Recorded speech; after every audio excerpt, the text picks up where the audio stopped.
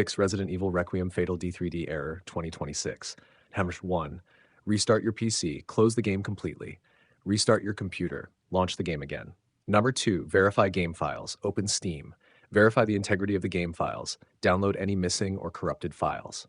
3. Clean install your GPU driver. Install the latest NVIDIA, AMD, or Intel graphics driver.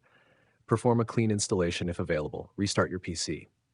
Number 4. Disable DLSS, frame generation, and NVIDIA Reflex. Turn off DLSS frame generation. Disable NVIDIA Reflex. Test the game again. Number 5. Lower graphics settings. Reduce texture quality. Disable ray tracing or path tracing. Lower VRAM usage if your GPU has 8 GB or less.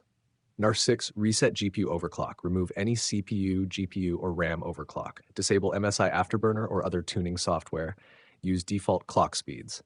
Number 7. Clear shader cache. Clear the DirectX shader cache. Delete your GPU shader cache. Restart the PC before launching the game. Shark 8. Increase virtual memory. Set Windows paging file to system managed or increase its size. Restart your computer. 9. Disable overlays. Turn off Steam overlay. Disable Discord overlay.